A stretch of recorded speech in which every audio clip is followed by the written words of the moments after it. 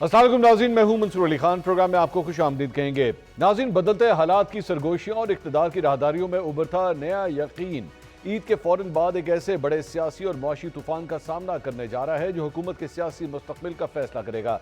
हुकूमत जहां सफारती महाज पर पै दर पै कामयाबियों, अपोजिशन की कमजोरी और पड़ोसी मुल्क की तरफ से बातचीत की ख्वाहिश के बाद खुद को महफूज तस्वुर कर रही है, वहीं ये सवाल अब भी बरकरार है कि क्या वाकई ग्राउंड इतना साफ है कि ये सेटअप अपनी आइनी मुद्दत पूरी कर पाएगा।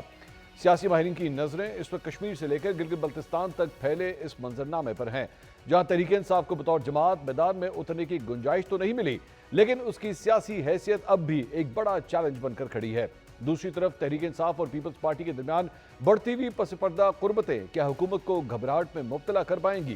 क्या मरियम नवाज पंजाब की ब्यूरोक्रेसी और सियासत में गुड गवर्नेंस का कोई ऐसा मॉडल कायम करने में कामयाब हो चुकी है जो नून लीग के सियासी मुस्तकबिल की जमानत बन सके?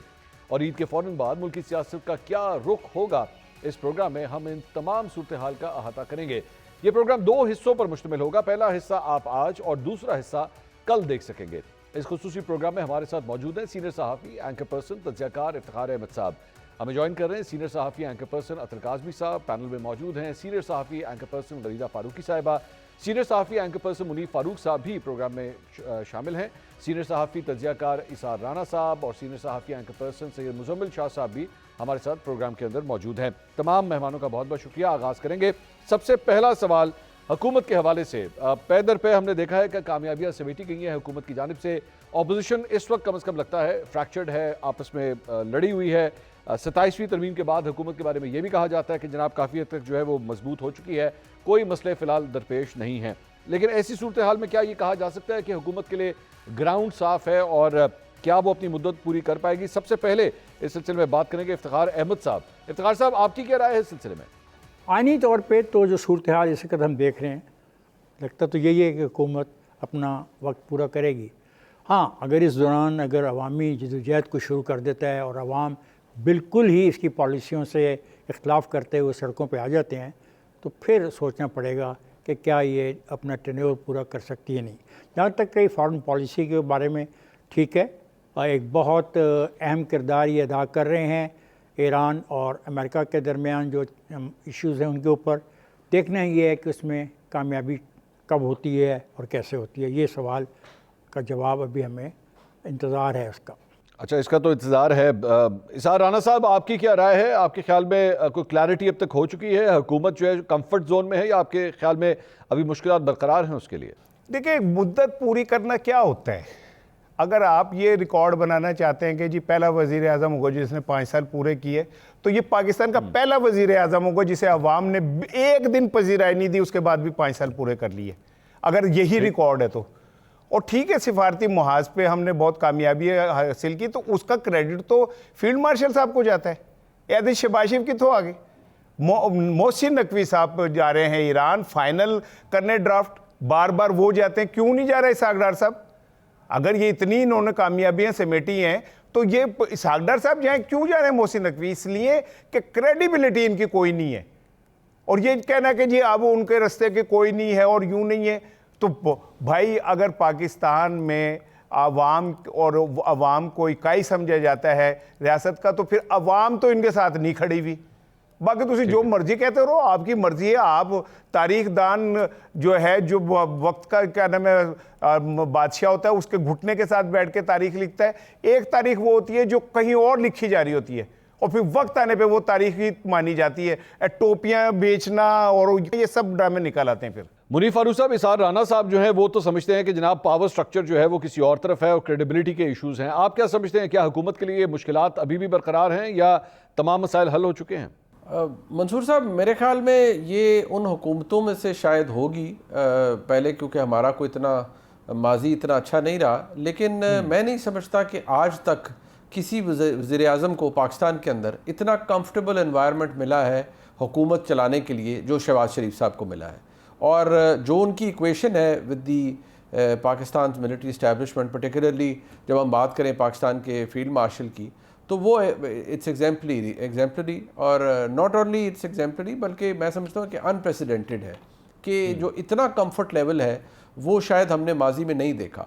तो जिस तरह हम कह सकते हैं बाकी तब्दील होते तो कुछ पता नहीं चलता, एक अनसर्टनिटी की फ़िज़ा तो लूम करती रहती है। बट अगर हम आज के हालात को देखें तो हम ये सेफली प्रेडिक्ट कर सकते हैं कि ये हुकूमत अपनी मुद्दत पूरी करेगी, बल्कि शायद ये निज़ाम इस मुद्दत से आगे की भी सोच रहा है। अच्छा, सो यानी कंफर्ट जोन जो है आपके ख्याल में काफ़ी है, और साथ ही आपको ये लगता है कि निज़ाम जो है एक्चुअली मुद्दत से भी शायद आगे चला जाएगा। गरीदा फारूकी साहिबा, आप क्या समझती हैं? कानून साजी के हवाले से तो जारी बात है 27वीं आईनी तरमीम के बाद कंफर्ट जोन हुकूमत का मौजूद है, जिस तरह मुनीब अभी फरमा रहे थे। आप भी समझती हैं कि ये हुकूमत बड़े आराम से अपनी मुद्दत पूरी कर लेगी, या आपको भी लगता है कि एक्चुअली मुद्दत से भी आगे जा सकती है?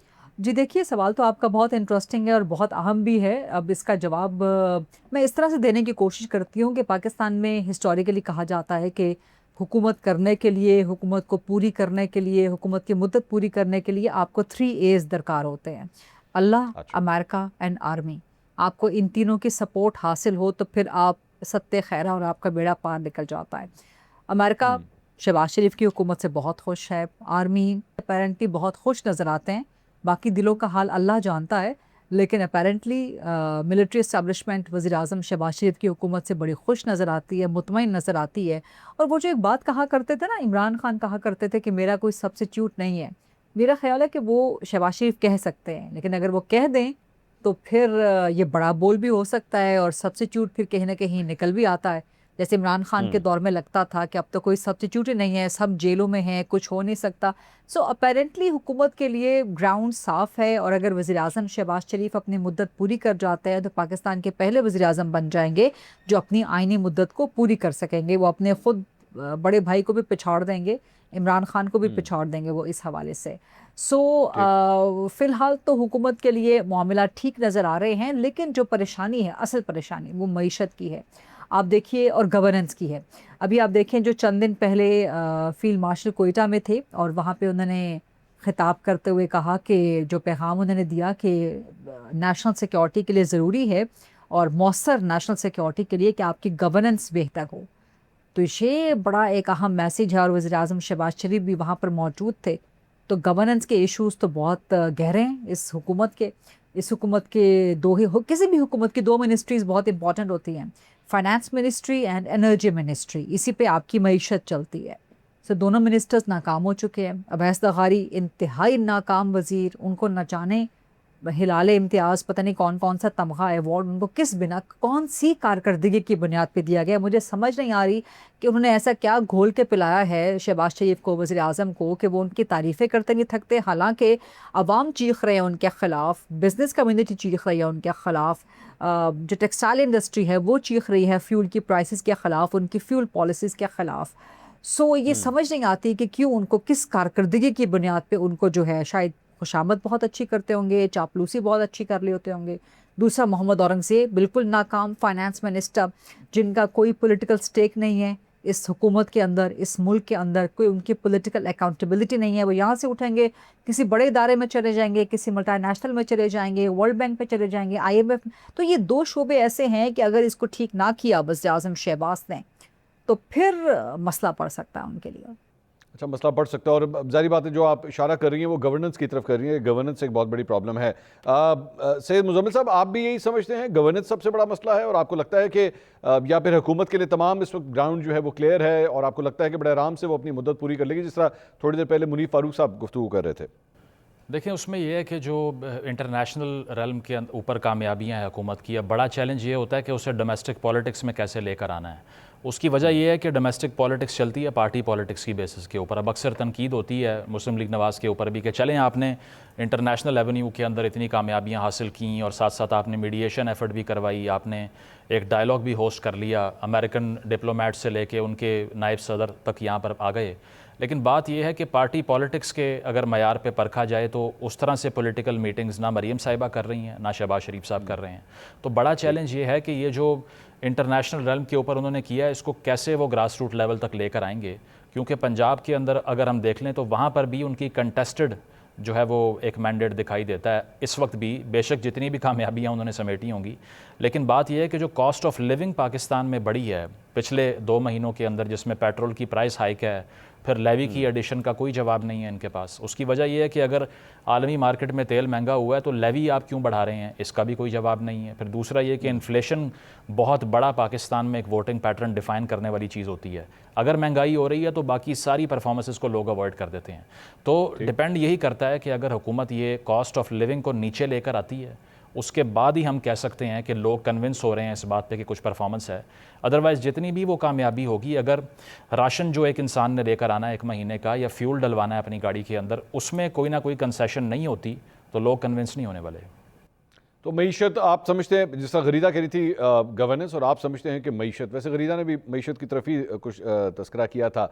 अतर काज़मी साहब, आपकी क्या राय है? ये 2 बड़े चैलेंजेस तो आइडेंटिफाई हुए हैं, लेकिन साथ ही साथ ये भी राय मौजूद है कि मौजूदा सेटअप को कंफर्ट जोन जो है वो बहुत मौजूद है, और शायद इससे पहले आज तक किसी वज़ीर आज़म को इतना कंफर्ट नहीं मिला। मुनीब जिस तरह गुफ्तगू कर रहे थे, आपकी क्या राय है? क्या हुकूमत के तमाम मसाइल ख़त्म हो गए, मुद्दत आराम से पूरी कर लेगी हुकूमत?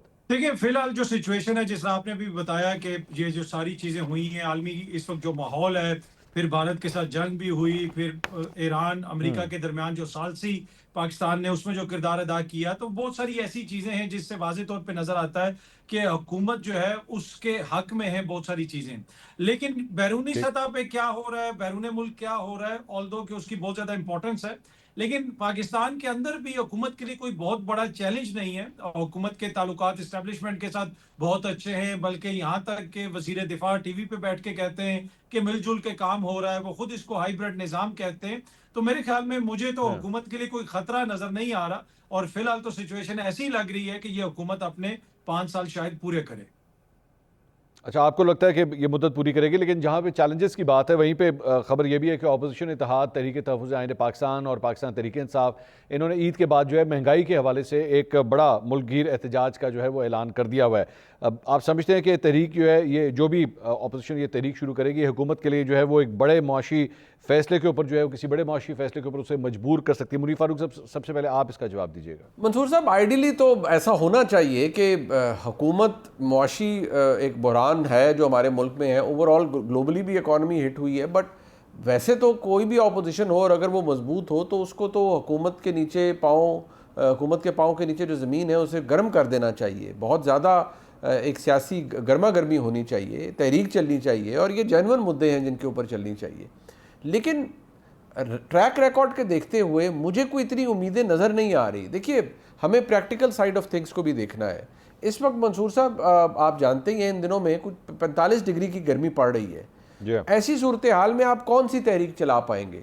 बड़ा मुश्किल होता है। तहरीकों के पेट भरने के लिए बड़े पापड़ बेलने पड़ते हैं, मोबिलाइज करना पड़ता है लोगों को, लीडरशिप को खुद बाहर निकलना पड़ता है, डंडे सोटे भी खाने पड़ते हैं, दफ़ा 144 को भी बर्दाश्त करना पड़ता है, बड़ी अनटूवर्ड सिचुएशंस को भी हैंडल करना पड़ता है। वो मुझे फ्रैंकली कंसिडरिंग जो ट्रैक रिकॉर्ड है हमारी अपोजिशन का, पर्टिकुलरली तहरीक इंसाफ का, नाउ ऑब्वियसली तहरीक तहफ़्फ़ुज़ आईन पाकिस्तान भी उनके साथ है, तो वो मुझे कोई इतना हौसला अफजा नज़र नहीं आता। तो उसके बेसिस पे मैं समझता हूँ कि हुकूमत शायद फिर एक कंफर्टेबल पोजीशन में रहेगी। ऑल्दो अगर देखा जाए तो यही मेरे ख्याल में एक मोमेंट है जिसको अपोजिशन को कैश करना चाहिए और हुकूमत को एक सियासी इम्तहान में ज़रूर डालना चाहिए, but I don't see that happening. कल हो जाए तो वो और बात है। सो यानी आपको लगता है कि अपोजिशन की कम से कम अभी इतनी स्ट्रेंथ नहीं है कि वो हुकूमत के लिए कोई प्रॉब्लम क्रिएट कर सके। लेकिन अतर काज़मी साहब, आपकी क्या राय है? एक नया जोश, नया वलवला, अपोजिशन ये समझती है कि महंगाई के हवाले से ये एक ऐसा पॉइंट है जिसके ऊपर हम आवाम को मोबिलाइज कर सकते हैं, और आपके ख्याल में अगर ऐसा होता है, क्या सबसे पहले आपके ख्याल में एक बड़ा एहतजाज किया जा सकेगा? और अगर ऐसा होता है तो क्या हुकूमत किसी बड़े मुआशी फैसले के ऊपर जो है वो मजबूर भी हो सकती है? अतर काज़मी साहब, नहीं, मुझे नहीं लगता कि किसी तहरीक के नतीजे में कोई मौशी बड़ा फैसला हुकूमत लेगी। इस वक्त हुकूमत की जो सबसे बड़ी ऑपोजिशन है वो बिजली के बिल हैं और गैस के बिल हैं, महंगाई है।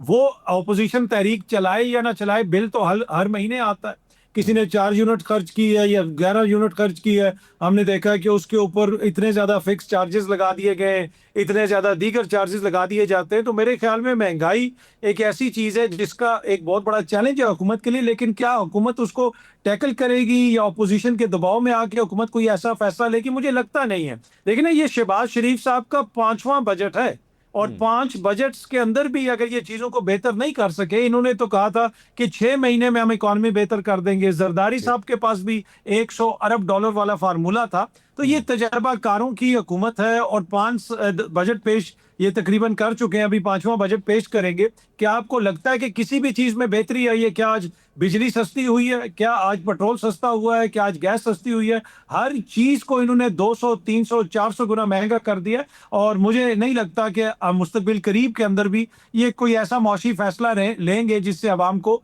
रिलीफ मिलेगी। अच्छा, 5वां बजट, ये अच्छा पॉइंट आपने कहा कि 5वां बजट जो है वो वज़ीर आज़म शहबाज शरीफ साहब की जानिब से जो है वो पेश किया जा रहा है, लेकिन मौशी तौर पे किसी किस्म की कोई रिलैक्सेशन हुकूमत के लिए नहीं है। इफ्तिखार साहब, आपकी क्या राय है? ऑपोजिशन, ज़ाहिर बात है आपका एक पूरा तजुर्बा है, ऑपोजिशन मजबूर करती है गवर्नमेंट को कि वो अवाम दोस्त जो है वो अपने पॉलिसीज़ जो है वो बनाए।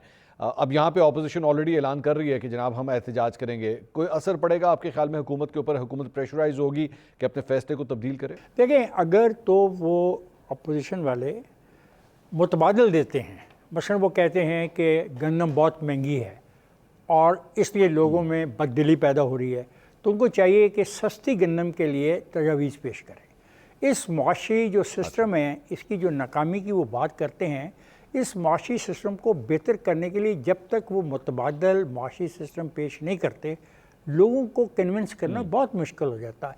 आम नारा मारना बहुत अच्छा है, नारे के अलावा एक काम और भी अपोजिशन का है कि वो सिस्टम तो लेके आए ना, ताकि मुल्क में एक डिबेट हो और लोग फैसला कर सकें कि जो सिस्टम अपोजिशन पेश करना चाह रही है मुतबादल, वो ज़्यादा बेहतर तौर पे काबिल अमल है या मौजूदा सिस्टम जो चल रहा है ये बेहतर है। यानी एक ऑल्टरनेट कम से कम सोल्यूशन जो है वो अपोजिशन की जानिब से दिया जाना चाहिए। लेकिन इसार राना साहब, एक और पॉइंट इस सारे मामले के अंदर ये भी आता है कि इससे पहले अपोजिशन ने जितने भी अब तक एहतजाज किए हैं 2024 के इलेक्शन से लेकर अब तक, वो कोई खातिर खा नतीजे नहीं निकाल सके। मतलब अपोजिशन का मेरा नहीं ख्याल कि कोई एक भी टारगेट जो है वो अचीव हुआ है। अब इस मरतबा महंगाई को लेकर जो है वो ये एहतजाज करना चाह रहे हैं ईद के बाद। आपके ख्याल में ये वाला एहतजाज इतना पावरफुल होगा कि हुकूमत के ऊपर जो है कोई प्रेशर डेवलप किया जा सके? अच्छा, मुआशी फैसले पे तो तब मजबूर करेगी जब मईशत उनके हाथ में होगी, और जो चीज़ किसी के हाथ में ही नहीं है कि जी हिसाब दे उन्हें दिता किसी जेड़ा लैन आए हो। मईशत जिनके हाथ में, उन्होंने फैसले करने। मईशत जिनके पास है वो आपको बजट बना के दे देते हैं, कह पे थोड़ा बजट है जाके पढ़ दो। आप सिर्फ उसमें बिस्मिल्लाहिर्रहमानिर्रहीम, अस्सलाम वालेकुम और अल्लाह हाफिज तक का इजाफा कर सकते हैं। और किसी ने पूछा और चौधरी तेरे आमदन कितनी है और खर्चा क्या है तो बचता क्या है? उन्होंने कहा भाई चौधरी कहना ही बचता है, बाकी कुछ नहीं बचता है। तो भाई इनके पास इतना ही है, जितना ये कर रहे हैं वो आपके सामने। अच्छा, अब मुजम्मिल साहब आपसे पूछना चाहूँगा, ये आपके ख्याल में जिस तरह राना साहब कह रहे हैं कि बचता सिर्फ यही है कि उसके नाम के साथ चौधरी लग जाता है, लेकिन आपके ख्याल में हुकूमत जो है वो परेशान हो सकती है इस एहतजाज को लेके जो ईद के बाद प्लान किया गया है, और इससे कोई हुकूमत की पॉलिसीज़ में कोई तब्दीली देख रहे हैं आप? देखिए, उसमें स्ट्रेटजी का बहुत बड़ा मसला है, क्योंकि हमेशा से जो पीटीआई और जो बाकी अपोजिशन पार्टियां हैं उनका जो बुनियादी इख्तलाफ जो अब तक रिजॉल्व नहीं हुआ, जो मुझे लगता है वो ये है कि क्या 1 पॉइंट एजेंडा लेकर आना है खान साहब की रिहाई का, या फिर ओवरऑल आपने एक बात करनी है कि इलेक्शन का फ्रेमवर्क तय कर लें या अगले इंतखाबात के लिए क्या कोड ऑफ कंडक्ट तय किया जाए, ट्रूथ और रिकन्सिलिएशन कमीशन बना दें, कैदियों की रिहाई हो जाए, असीरान की रिहाई हो जाए। तो कंटेस्टेड बात यही रहती है। सुहेल अफरीदी साहब भी मल्टीपल टाइम्स ये कह चुके हैं कि हमारा सिर्फ एक एजेंडा है कि खान साहब की रिहाई होनी चाहिए, बाकी सारी चीज़ें बाद में आती हैं। तो ये महंगाई का मसला तो पख्तूनख्वा के अंदर भी है, पंजाब के अंदर भी है, हर जगह है। वहाँ पर भी 9.3 का अनएम्प्लॉयमेंट रेट है KPK में, जो सबसे ज़्यादा है इस पॉइंट के ऊपर। तो बात यह है कि उसके लिए, उस कामयाबी के लिए आपको बैकडोर राब्ते करने पड़ेंगे, बिकॉज प्रेशर एक्सर्ट करके अगर कुछ होना होता तो तकरीबन 250 से 300 एहतजाज तो इन्होंने कर लिए हैं पिछले 3 से 4 सालों के अंदर। लेकिन उसका रिज़ल्ट क्या निकला है कि आज सबसे ज़्यादा कम स्पेस है पाकिस्तान तहरीक इंसाफ के पास। पार्लियामान के अंदर जो कुछ हुआ, जिस तरह बल्ले का निशान उनसे लिया गया, बाद में स्पेशल सीटों का मामला आपके सामने है, वहाँ से भी उनकी इरेडिकेशन हो गई। तो बड़ा पॉइंट यही है कि वो जो अप्रोच लेते हैं वो कितनी प्रैग्मेटिक होती है और किस तरह से दरमियानी रास्ता निकालने के लिए टेबल पे बैठने को तैयार होते हैं। तो जो नारेबाजी हैं, जो रेडिकल बयानात हैं, उससे नुकसान ही होगा। अगर कोई ना कोई वो चाहते हैं कि पार्टी के लिए स्पेस क्रिएट हो, वो सड़कें बंद होने से नहीं हो सकती। ओके, गरीदा फारूकी साहब, आपकी क्या राय है? क्या आपके ख्याल में ऑपोजिशन के पास अब वो स्ट्रेंथ आ गई है जिसकी, मतलब महंगाई का वो एक इशू जिसके ऊपर एक्चुअली वो एक बड़ा एहतजाज कर सकते हैं, और हुकूमत के ऊपर जो है वो प्रेशर डेवलप कर सकते हैं? नहीं जी, ऑपोजिशन तो वैसे ही पाकिस्तान तहरीक इंसाफ तो वैसे ख़त्म शुद होके रह गई है। अब कब से ख़त्म शुद है वो तो। और अचकज़ई साहब जो हैं वो तो बस मेरा ख्याल है कि वक्त गुजारी के लिए ऑपोजिशन लीडर हैं। वो आज गए या कल गए, पीटीआई वैसे उनसे खुश नहीं है। पीटीआई के किसी धरने में वो नहीं होते, किसी जलसे जुलूस में वो नहीं होते, किसी रैली में वो नहीं होते। उनका किबला अलग है, पीटीआई का किबला अलग है। कभी कभार वो प्रेस कॉन्फ्रेंस करते नज़र आ जाते हैं। सोशल मीडिया पीटीआई का उनके ख़िलाफ़ है। तो अपोजिशन तो ख़ुद आधी तीतर और आधी बटेर है। उसका तो ना कोई सर है ना कोई पैर है। तो वो तो मेरा ख्याल है कि ये भी ईद कितनी ईदों से हम सुन रहे हैं कि जी बस ईद के बाद अभी आपने सुना होगा कि जी वो रिहाई फोर्स बननी है। वो छोटी ईद से लेके बड़ी ईद आ गई, वो रिहाई फोर्स खैबर पख्तूनख्वा में इमरान खान की नहीं बन सकी। उसमें 1 लाख बंदा ही पूरा नहीं हो सका, केपी के अंदर से 1 लाख बंदा पूरा नहीं हो सका। तो ये तो हाल है ऑपोजिशन का। तो इस ऑपोजिशन से आप तवक्को करेंगे कि वो शहबाज शरीफ के ख़िलाफ़, इस हुकूमत के ख़िलाफ़ या बड़े ताकतवर हलकों के ख़िलाफ़ जो है वो मार्च करेंगे। और महंगाई के ख़िलाफ़ करना होता, महंगाई के ख़िलाफ़ तो आज से 6 महीने पहले करते, आज से 3 महीने पहले करते। 3 महीनों में कितनी पेट्रोल की कीमतें बढ़ गई हैं, अज़ाब हो गया आवाम का जीना। लेकिन ये ऑपोजिशन जो है ये बिल्कुल वो जो शेख रशीद कहा करते थे ना, सत्तू पी के सो रही है। तो ये तो फ्रेंडली ऑपोजिशन लगती है, ये तो शहबाज शरीफ की बी टीम लगती है ये वाली ऑपोजिशन। अच्छा चले, मैं अगले सवाल की तरफ चलता हूँ। आपने कहा कि जनाब ये बी टीम लगती है, लेकिन एक और टीम भी बन रही है, लग इस तरह रहा है कि जैसे बन रही है, और वो है पाकिस्तान तहरीक इंसाफ और पाकिस्तान पीपल्स पार्टी के दरमियान बढ़ती हुई क़ुरबतें। ख़ासतौर पर खैबर पख्तूनख्वा में जिस तरह हमने देखा कि चीफ मिनिस्टर केपी और गवर्नर केपी फैसल करीम कुंडी साहब दोनों ने मिलकर एक प्रेस कॉन्फ्रेंस की, उससे एक बहुत बड़ा सिग्नल गया। मतलब एक ज़माने में केपी के अंदर जो है वो गवर्नर और सीएम के दरमियान क्या कुछ होता था जब गंडापुर साहब जो है वो सीएम थे। आपके ख्याल में इससे इस इत्तेहाद को आगे बढ़ता हुआ आप देख रहे हैं, कोई बड़ी चीज़ डेवलप हो सकती है? आपके ख्याल में हुकूमत जो है वो इससे घबराहट का शिकार हो सकती है? मुज़म्मिल साहब, सबसे पहले आप जवाब दीजिए। देखें, उसमें यह है कि जितना आगे पीटीआई ने हमेशा से ये पॉलिटिक्स की है, आगे जाके पीपल्स पार्टी और नून लीग के ख़िलाफ़ और जेयूआई के ख़िलाफ़, इवन मौलाना साहब के ख़िलाफ़ जो नारेबाजी हुआ करती थी कंटेनर से, वो भी आपको याद होगा। तो बात यह है कि उससे वापस आना बहुत बड़ा चैलेंज बन जाता है, क्योंकि अगर आप मुखालिफ को एक हॉस्टाइल डिक्लेयर कर देते हैं और आप कहते हैं कि ये जो मेरा सियासी अपोजिशन है जो मेरी, ये बिल्कुल भी डिज़र्व नहीं करती कि इनसे इंगेज किया जाए। वो ख़बरें भी हमें याद हैं कि जब इंतखाब होने के फ़ौरी बाद नदीम अफजल चंद साहब के जाने की खबर गर्दिश कर रही थी कि वो पीटीआई के पास गए हैं कोई ऑफ़र लेके, उन्होंने रिफ्यूज़ कर दिया। तो मेरा ख्याल है तब भी पीपल्स पार्टी के कुछ सर्कल में ये बात हो रही थी कि अगर पीएमएलएन को बाईपास कर दिया जाए और ये 2 पार्टियाँ मिल जाएँ। लेकिन चैलेंज यही आता है कि अगर चोर डाकू की पहले दिन से रिटॉरिक हम सुनते आ रहे हैं पीटीआई की तरफ से, तो अब इसको डिफेंड कैसे करेंगे पब्लिक के सामने कि ये जो अलाइंस अगर हो जाती है, अव्वल तो होगी नहीं मुझे लगता है, लेकिन अगर हो जाती है तो इसका डिफेंस पेश करना बहुत मुश्किल है, जिस तरह मौलाना साहब का डिफेंस पेश करना मुश्किल था। क्योंकि आप जिस संगीन नौयत के इल्ज़ामात लगा चुके हैं, उसके बाद में क्रेडिबिलिटी हर्ट होती है कि पार्टी का पहले दिन से जो बुनियादी एजेंडा था वो इन्हीं पार्टीज़ के ख़िलाफ़ था। अगर इन्हीं के कैंप में चले गए तो वोटर लूज़ कर देंगे। तो ये डबल एजेड स्वॉर्ड है, क्योंकि एक तरफ आपको अलाइंस भी चाहिए, दूसरी तरफ अलाइंस की तो जो आपका अपना इन ग्रुप है, जो सपोर्ट ग्रुप है, वो भी डिस्टर्ब हो जाएगा। तो इसीलिए मेरा नहीं ख्याल कि पीटीआई कंफर्टेबली ये कर सकती है। इफ्तिखार साहब, सेम क्वेश्चन, पाकिस्तान पीपल्स पार्टी और पीटीआई की बढ़ती क़ुरबतें क्या हुकूमत के लिए कोई बड़ा चैलेंज साबित हो सकती हैं? इस मुल्क में हुकूमतें हर वक्त ही घबराहट का शिकार रही हैं, तो मेरे नहीं ख्याल है आपको ये सवाल इतना अहम है। चलें, इसार राना साहब, आपकी क्या राय? इफ्तिखार साहब तो समझते हैं कि ये मतलब सवाल जो है वो डिस्कस करने के भी काबिल नहीं है, लेकिन क्या एक बड़ी मतलब ये पॉलिटिकल शिफ्ट होगा, एक नया इत्तेहाद अगर इस किस्म का बनता है, या वी आर एक्चुअली इफ्तिखार साहब वाली बात कि हम लोग बहुत ज़्यादा ही इस चीज़ के अंदर डीप जा रहे हैं, या वाकई एक्चुअली हुकूमत के लिए कोई बड़ा चैलेंज साबित हो सकता है? आए हाय, मीर क्या सादा हैं, बीमार हुए जिसके सबब उसी अत्तार के लौंडे से दवा लेते हैं। ओ भाई, ये पीपल्स पार्टी ही तो थी जो अदमत माद लेके आई थी।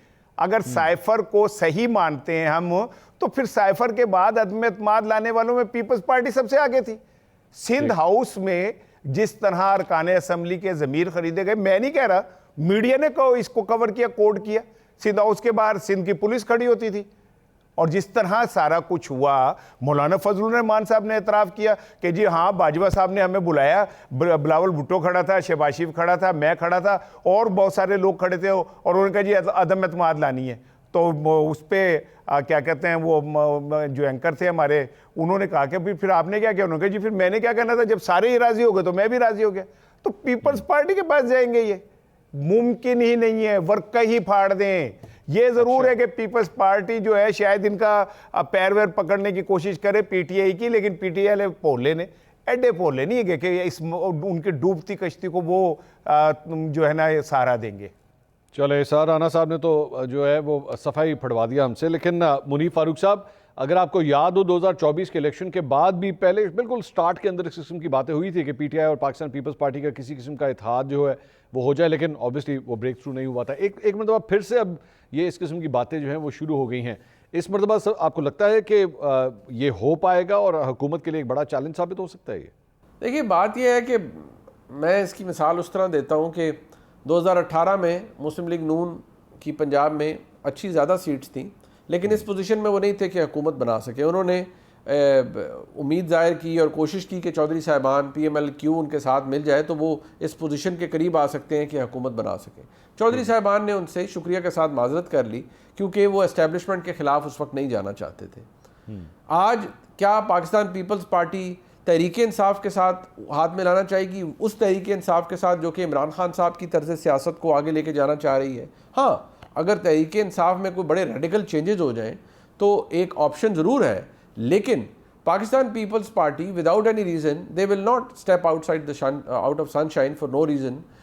जब उनके पास सदर मुमलिकत का ओहदा है, चेयरमैन सेनेट उनके पास है, खैबर 2 गवर्नर साहिबान उनके हैं, बलूचिस्तान के वज़ीर आला उनके हैं, तो वो क्यों चाहेंगे कि वो ऐसी सिचुएशन में खामखा तहरीक इंसाफ के साथ कोई सियासी फ्लर्ट करें या कोई सियासी अफेयर चलाएं?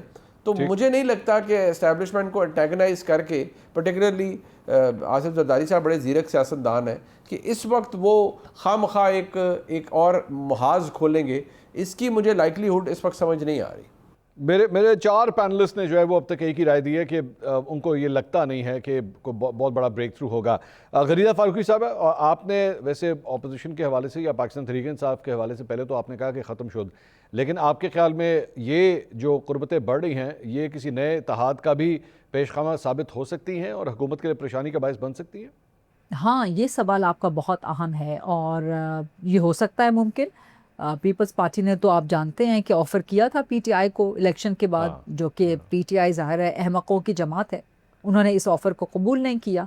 सो उनको तो कबूल करना चाहिए था कि हाँ आए बैठे हम हुकूमत बना लें, तो वो उन्होंने कबूल नहीं की। अब बजट भी है, अब 28th अमेंडमेंट भी है, इस पे खैबर पख्तूनख्वा की हद तक तो कम्युनिकेशन हुई है पीपल्स पार्टी और इनके दरमियान, पीपल्स पार्टी और पीटीआई के दरमियान। वहाँ पे गवर्नर से मुलाकात हुई है असद कैसर की, जुनैद अकबर की।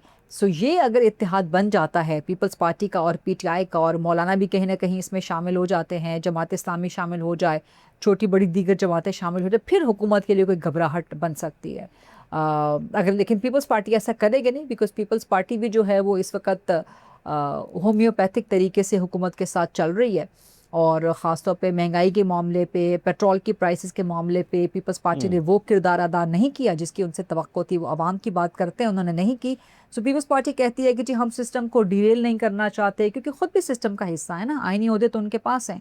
तो अगर ये सब कुछ हटेगा तो फिर ज़ाहिर है आइनी ओहदे वगैरह भी ख़त्म हो सकते हैं। तो सो वो पीपल्स पार्टी चाहती नहीं है, तो वो उसको कहती है जी हम सिस्टम को डिरेल नहीं करना चाहते, हम हुकूमत को नहीं गिराना चाहते। लेकिन अगर ये हो जाए तो फिर वाकई हुकूमत के लिए बहुत ख़तरा हो सकता है कि बजट अगर पास ना हो तो फिर तो हुकूमत गिर जाती है। अच्छा, आपको लगता है कि हो सकता है कि ये प्रॉब्लमेटिक बन जाए? अतर काज़मी साहब, आपकी क्या राय है? जिस तरह भी गरीदा कह रही थी कि पाकिस्तान तहरीक इंसाफ ने उस वक्त पहले तो ये बस मिस कर दी थी, लेकिन अब एक दोबारा शायद एक अपॉर्चुनिटी डेवलप हो रही है, पॉसिबल है? क्योंकि इसार राना साहब ने तो कहा था कि इसको सोचे भी ना कि ऐसा कभी होगा। आपकी क्या राय है? नहीं, मुझे नहीं लगता कि पाकिस्तान तहरीक इंसाफ और पीपल्स पार्टी के अंदर कोई लॉन्ग टर्म इत्तेहाद हो सकता है। क्या पता किसी छोटे मोटे इशू के ऊपर उनका इत्तेफाक हो जाए। पीपल्स पार्टी सिस्टम का पार्ट एंड पार्सल है। आज जो भी हालात हैं, जो कुछ भी हो रहा है, अगर इसका क्रेडिट हुकूमत को जाता है तो वो पीपल्स पार्टी को भी जाता है, अगर इसकी तनकीद हुकूमत पे होती है तो वो पीपल्स पार्टी पे भी होती है। आज जो आपके मौशी हालात हैं, जो सियासी सूरत हाल है, इन सारी चीज़ें जो भी चीज़ें हुई हैं, उन सब में पीपल्स पार्टी का हुकूमत से बढ़ के किरदार है। बिलावल साहब ने जब आईनी तरामीम हो रही थी तो उन्होंने ब्रूट मेजॉरिटी की बात की थी, 26वीं तरमीम में उनका जो किरदार था, 27वीं तरमीम में जो उनका किरदार है, तो ये सारी चीज़ें पीपल्स पार्टी और नून लीग वाले मिल के कर रहे हैं। मुझे इस वक्त पीपल्स पार्टी और तहरीक इंसाफ के दरमियान कोई बड़ा इत्तेहाद होता हुआ नजर नहीं आ रहा। 28वीं तरमीम के हवाले से चीज़ें हैं कि पाकिस्तान पीपल्स पार्टी के ऊपर दबाव डालने की कोशिश की जा रही है, और शायद उसको मद्देनजर रखते हुए पीपल्स पार्टी ये तासुर देने की कोशिश करे कि हम पीटीआई के साथ मिल जाएंगे, शायद कोई तरीके अदम एतमाद लेके आ जाए, लेकिन ऐसा हो नहीं सकता। इस सिस्टम को जिस तरीके से अभी तक बनाया गया है उसके अंदर पीपल्स पार्टी का बड़ा कलीदी किरदार है, और पीपल्स पार्टी को भी पता है कि उनके पास कितना मैंडेट है और वो इस सिस्टम के अंदर रह के क्या कुछ हासिल कर सकते हैं, और अगर वो इस सिस्टम से बाहर निकले तो उनके लिए क्या मुश्किलात हो सकती हैं। तो मुझे नहीं लगता कि पीपल्स पार्टी और पीटीआई का कोई लॉन्ग टर्म इत्तेहाद होगा। चले ठीक है, मैं अगले सवाल की तरफ चलूंगा और वो है इमरान खान साहब से मुतल्लिक के, और जाहिर बात है ये वो सवाल है जो सब हमसे अक्सर पूछते हैं कि क्या आपको इस साल इमरान खान साहब जेल से बाहर आते दिखाई दे रहे हैं, कानूनी तौर पे या किसी डील के नतीजे में या कुछ सियासी सेटअप में तब्दीली के हवाले से? सबसे पहले गरीदा फारूकी साहब आप बताइएगा। ये र्यूमर्स तो बहुत फैली हैं और इन र्यूमर्स को पीपल्स पार्टी ने भी कुछ ज़बान दी कि इमरान खान इसी साल रिहा हो जाएंगे, लेकिन वो पीपल्स पार्टी का एक पॉलिटिकल मोटिव था कि उस वक्त 28वीं तरमीम की बात हो रही थी, तो पीपल्स पार्टी ने इसको एक प्रेशर टैक्टिक के तौर पे इस्तेमाल किया मुस्लिम लीग नून के ख़िलाफ़। कामयाब हुआ या नहीं हुआ वो एक अलग की बहस है, लेकिन इमरान खान रवां साल तो क्या अगले साल भी रिहा होते हुए नज़र नहीं आते। और पाकिस्तान की जो तारीख़ रही है, हाँ अगर इमरान खान कुछ अपने अंदर लचक पैदा करें, क्योंकि उनकी जो रिजिडनेस है, मैं हमेशा कहती हूँ कि एक पॉलिटिशियन को रिजिड नहीं होना चाहिए। पॉलिटिक्स का मतलब यही है कि आप डिप्लोमेसी से काम लें, आप कभी पीछे हट जाएं, कभी आगे बढ़ जाएं। This is the use of political tactics and the sharpness of a politician, कि वो क्या देखता है। तो वो अगर रिट्रीट करता है तो अपने कदम मजबूत करने के लिए रिट्रीट कर रहा होता है, ताकि वो फिर से आगे बढ़ के अपनी पोजीशन मजबूत करे।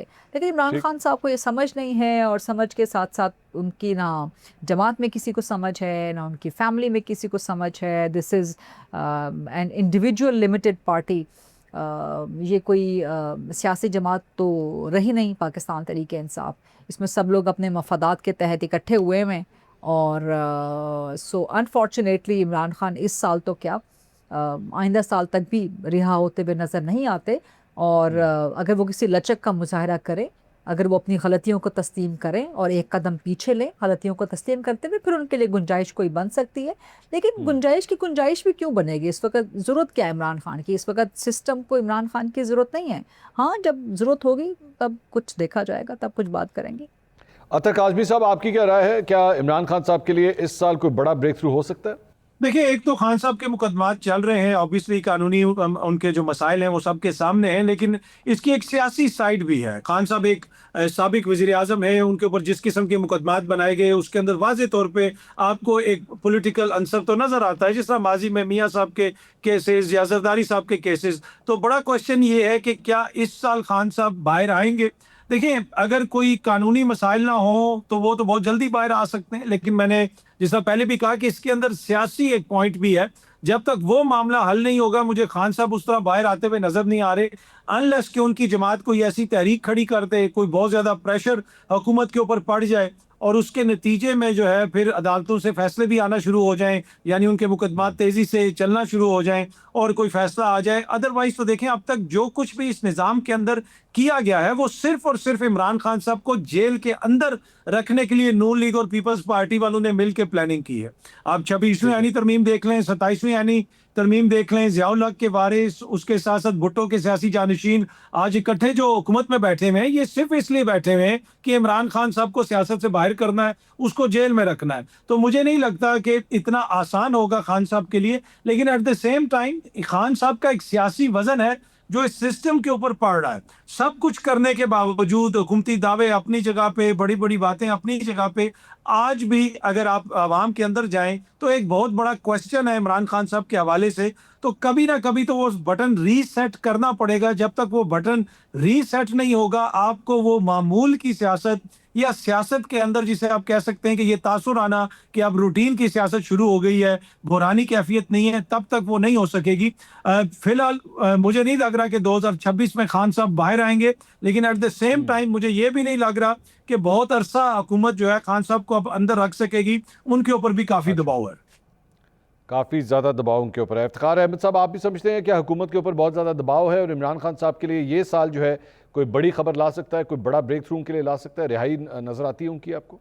देखिए, असूली तौर पे तो मैं कहता हूँ कि प्रोसिक्यूशन अगर उनके ख़िलाफ़ मुकदमात साबित करने में नाकाम रहती है तो इमरान खान को रिहा कर देना चाहिए।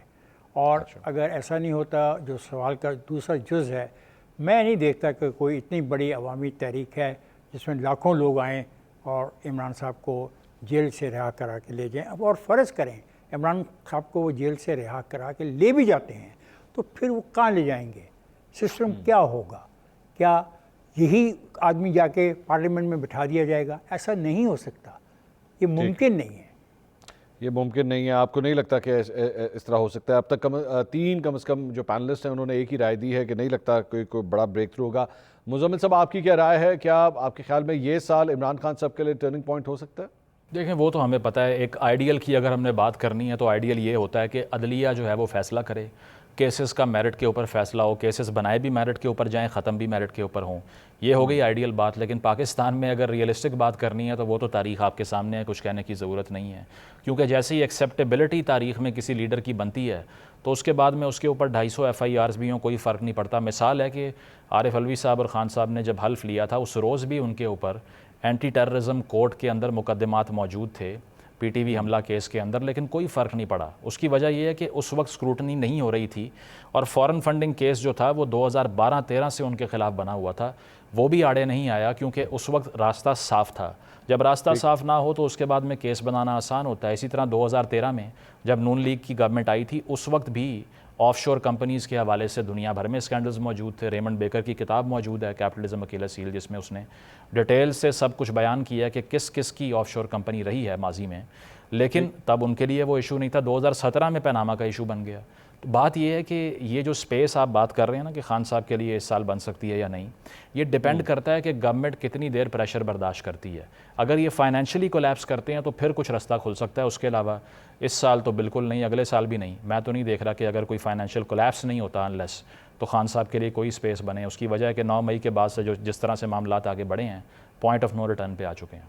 पॉइंट ऑफ नो रिटर्न पे आ चुके हैं। इसार राना साहब, योर कमेंट्स ऑन दिस? एक बात तो मंसूर भाई याद रखें आप कि इमरान खान मर जाएगा, वो कंप्रोमाइज़ करके बाहर नहीं आएगा। उसकी पूरी ज़िंदगी इस बात पे खड़ी है कि वो कंप्रोमाइज़ नहीं करेगा। और देखें, मैं एक आपको बात बताऊं, अल्लाह उसे लंबी ज़िंदगी दे, अल्लाह ताला उसे अपने हिफ्ज़ व मान में रखे। मैं ऑन एयर उसके लिए दुआ करता हूं। ज़िंदगी तो ख़त्म होने के नाम है। असल ज़िंदगी है कि आपके बाद आपको लोग कैसे याद करते हैं। जुल्फ़िकार अली भुट्टो आज भी शहीद है, उसे माना जाता है। अब कोई कहेगा, अभी मैं ये बात करूंगा तो कोई मेरा दोस्त यहाँ से कहेगा कि ये उन्होंने मरवाना चाहते हैं। वो भाई मरवाना नहीं चाहते, सब ने ही जाना है इस दुनिया से। और इमरान खान एक हीरो के तौर पे रहेगा, हमेशा रहेगा। उस हिस्ट्री में उसकी स्ट्रगल जो है लिखी जाएगी। और ये बात भी आप जहन में रखें कि इमरान खान जब भी आएगा वो अदालती और कानूनी तरीके से आएगा। वो उसके ना पीछे सऊदी अरब है जो उसे उठा के ले जाए, या अमेरिका है जो उसे उठा के ले जाए। वो इसी धरती के अंदर रह के अपनी स्ट्रगल करेगा। अच्छा, आपको नहीं लगता वो किसी सूरत भी कोई डील करेंगे और यहीं पे बैठ के वो एहतजाज के जरिए ही शायद बाहर आए, इसी स्ट्रगल के जरिए बाहर आएंगे? मुनीर फारूक साहब, अंदर की खबर होती है आपके पास क्या खबर है? ये साल क्या इमरान खान साहब के लिए उनकी किस्मत में कोई तब्दीली ला सकता है? मंसूर साहब, देखिए, हम इन चीज़ों को हमेशा एनालाइज करते हैं जो चीज़ें हमारे सामने होती हैं इस वक्त एट द मोमेंट। हम बहुत ज़्यादा कल कोई ऑल टुगेदर कोई नया सिनारियो डेवलप कर जाए, बिल्कुल ही कोई 360 डिग्री तब्दीली आ जाए किसी चीज़ के अंदर, which is not possible considering जो आजकल हो रहा है। तो मुझे तो फ्रैंकली इमरान खान साहब का जेल से बाहर निकलना फ़िलहाल नज़र नहीं आ रहा। जहाँ तक बात अदालती केसेस की है, अब मोहतात तरीके से तो हम यही कह सकते हैं कि माजी भी ये कहता है कि केसेस सिक्का बंद बनते हैं, जब हालात बदलते हैं तो उन्हीं केसेस में रिलीफ मिल जाता है। इमरान खान साहब के खिलाफ केसेस भी नौयत उसी तरह की ही है। केसेस कुछ में सब्सटेंस होगा, 190 मिलियन पाउंड केस के अंदर सब्सटेंस ज़रूर है, लेकिन अगर गुंजाइश निकालनी हो, हालात बदल जाएं, माहौल बदल जाए तो गुंजाइश निकल सकती है। लेकिन आज के हालात को और आज के ज़मीनी हक़ाइक़ को देखते हुए मैं ये समझता हूँ कि मुझे इमरान खान साहब के हवाले से बदकिस्मती से कोई अच्छी खबर फ़िलहाल सुनाई नहीं दे रही, और ना ही मुझे ये लगता है कि उनकी रिहाई इतनी आसानी से अभी मुमकिन है। अभी आपको भी नहीं लगता? तो मेजॉरिटी मेरे ख्याल में राय जो है वो यही है कि ये साल भी इमरान खान साहब के लिए जो है कोई बहुत ज़्यादा अच्छा शायद साबित ना हो। मेरे तमाम पैनलिस्ट नाज़रीन हमारे साथ मौजूद थे, गुफ्तगू आपने सुनी है। प्रोग्राम का जो पहला हिस्सा है उसको यहाँ पे क्लोज़ करेंगे, लेकिन कल इस प्रोग्राम के दूसरे हिस्से के साथ आपके सामने दोबारा आएंगे और ईद के बाद क्या कुछ एक्सपेक्ट किया जा सकता है, यही तमाम पैनलिस्ट मेरे साथ मौजूद होंगे। कल का ये प्रोग्राम मत देखना भूलिएगा। अल्लाह हाफ़िज़।